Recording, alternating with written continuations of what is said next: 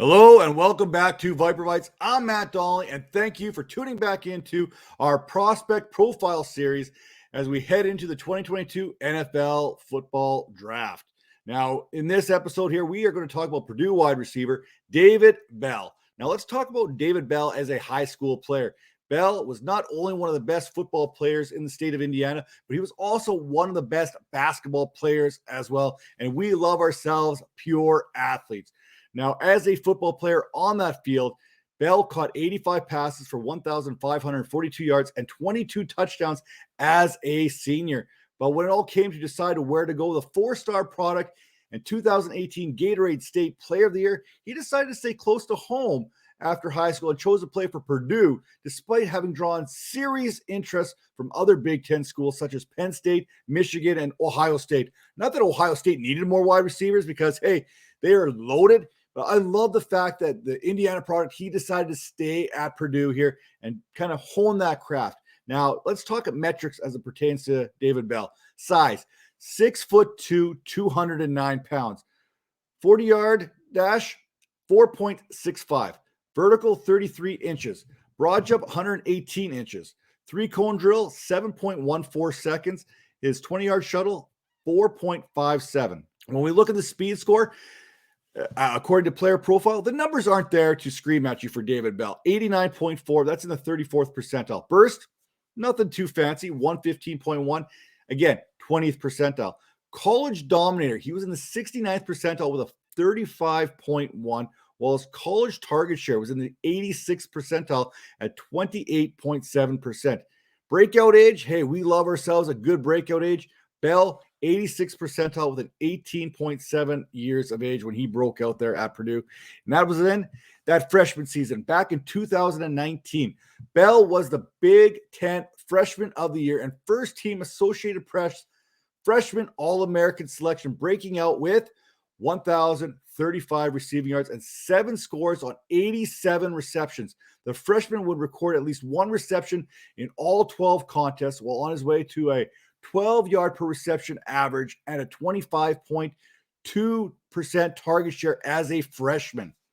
Now, in 2020, Bell was a first-team All-Big Ten after scoring 8 touchdowns in just 6 games while hauling in 53 receptions for 625 yards in that shortened season.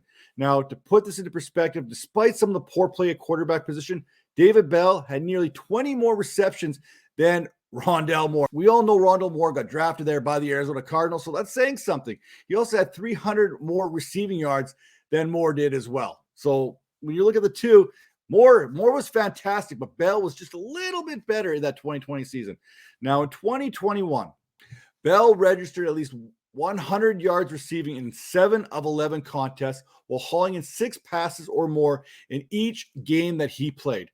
Bell finished 2021 with 93 receptions for 1,287 yards and 6 touchdowns, which all works out to about 13.8 yards per catch, while accounting for 23.3% of the target share at Purdue. Now, Purdue, they went up with some heavy sluggers throughout the season. They went up against top 5 ranked schools on multiple occasions, both in Michigan State and Iowa. And Bell, he went off, hauling in 11 passes and over 200 receiving yards in both those games. So when the lights are on, when they're shining the brightest, you know Bell is going to step up.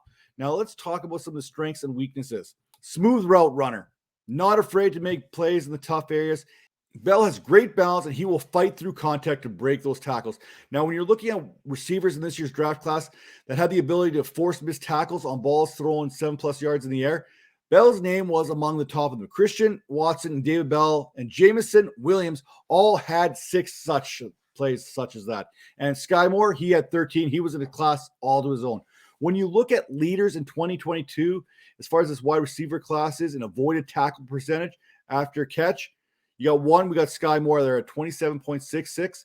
You got Garrett Wilson at 27.14. And then third was David Bell at 26.88%. Followed by Drake London and Treylon Burks. So that's just telling you where Bell is. And we're not talking about Bell in the same breath that we're talking about these other wide receivers. And I think that's a shame right now. But I think it's because of some of the weaknesses we'll get into in a second.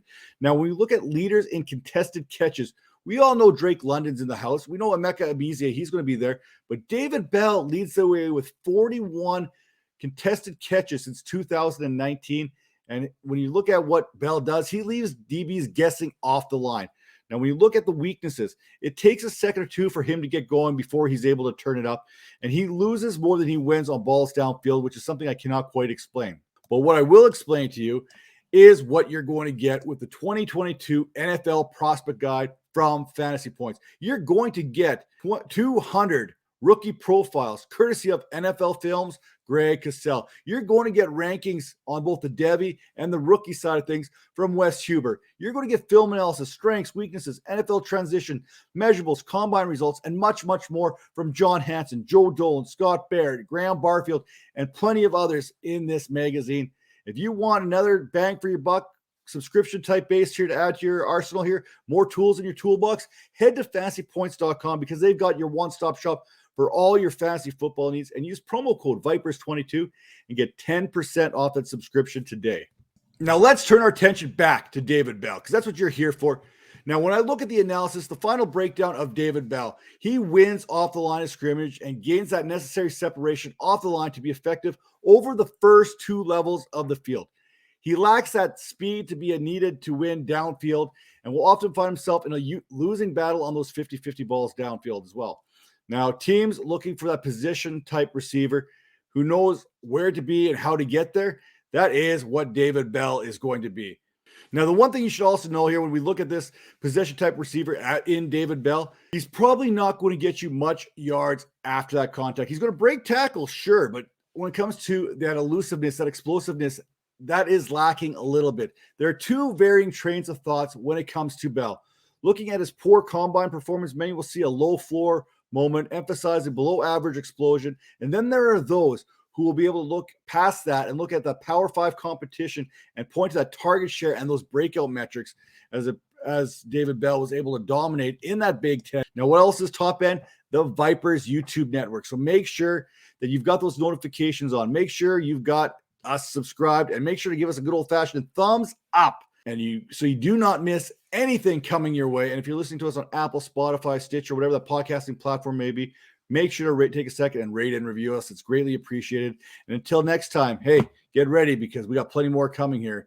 The NFL draft is just around the corner. And that means even more off-season content coming your way. See you soon.